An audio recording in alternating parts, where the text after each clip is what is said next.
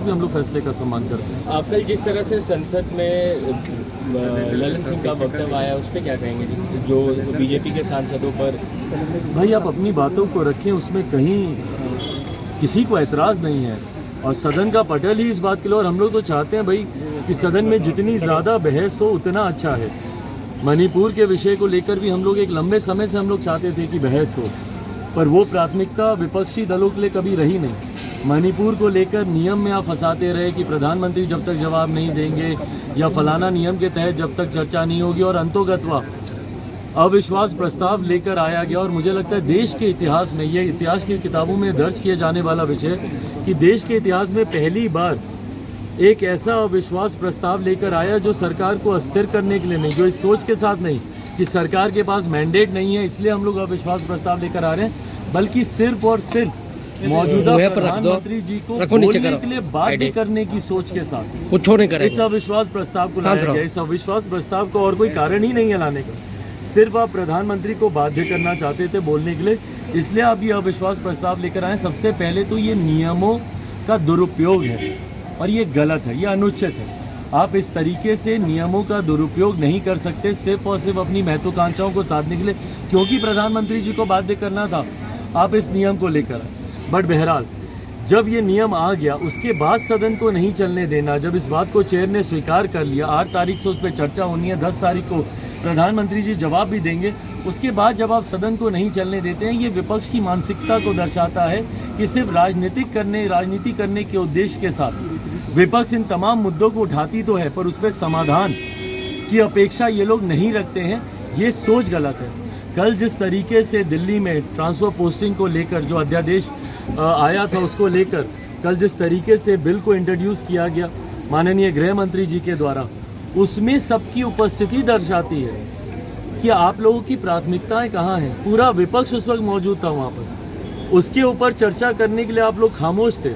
पर मणिपुर जैसे विषय जिसमें भाई बिहार के भी विषय आते हैं, बंगाल के भी विषय आते हैं, जहाँ पर भी ऐसी घटना घटी है, इन तमाम विषयों को लेकर आप सदन को नहीं चलने देंगे। पर सिर्फ एक राजनीतिक दल को ट्रांसफर पोस्टिंग का लाभ मिल जाए, और भाई किसको आप संरक्षण दे रहे हैं? ये वही केजरीवाल जी हैं जो कि जितने ये तथाकथित विपक्षी दल के गठबंधन के लोग बैठे हैं जिनकी पर्चियां लेकर ये घूमते थे।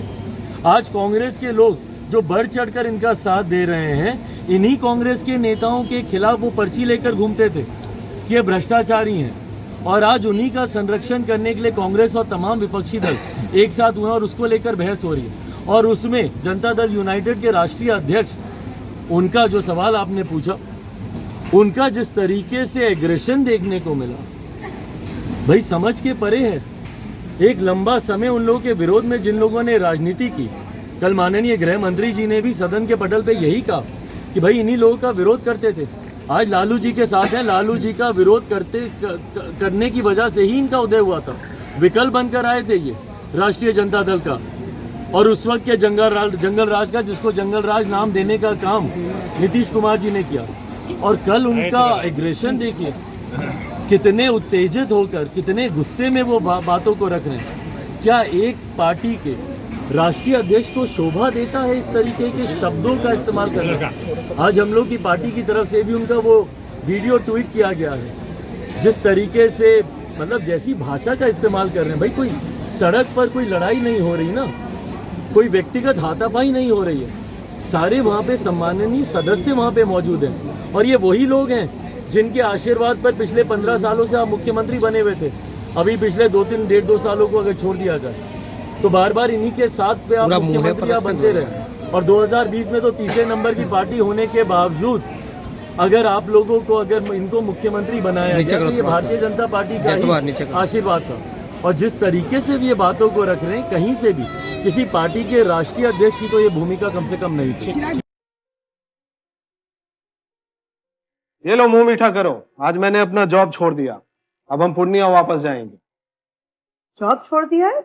मतलब ये घर कैसे चलेगा? हम करेंगे क्या? और माँ बाबूजी क्या बोलेंगे? इसलिए मैं एक और मिठाई का डब्बा लाया, अपने बिजनेस के लिए लोन अप्रूव हो गया। अरे लोन अप्रूव हो गया वो तो ठीक है, लेकिन पूर्णिया में हम रहेंगे कहाँ? अपना घर भी तो नहीं है वहाँ। इसलिए तो एक और मिठाई का डब्बा अलग से लाया हूँ। हमने पूर्णिया में घर ले लिया है। पूर्णिया के ई होम्स पैनोरमा में। पूर्णिया में पैनोरमा ग्रुप लेकर आए हैं ई होम्स पैनोरमा। बड़ा घर, आलीशान जिंदगी और अत्याधुनिक सुविधाओं के संग। अरे अरे, अब क्यों मुंह मीठा करवा रही हो? क्योंकि हम घर वापसी जो कर रहे हैं। घर वापसी की खुशी पूर्णिया में ई होम्स पैनोरमा के संग। ई Homes Panorama, luxurious lifestyle redefined.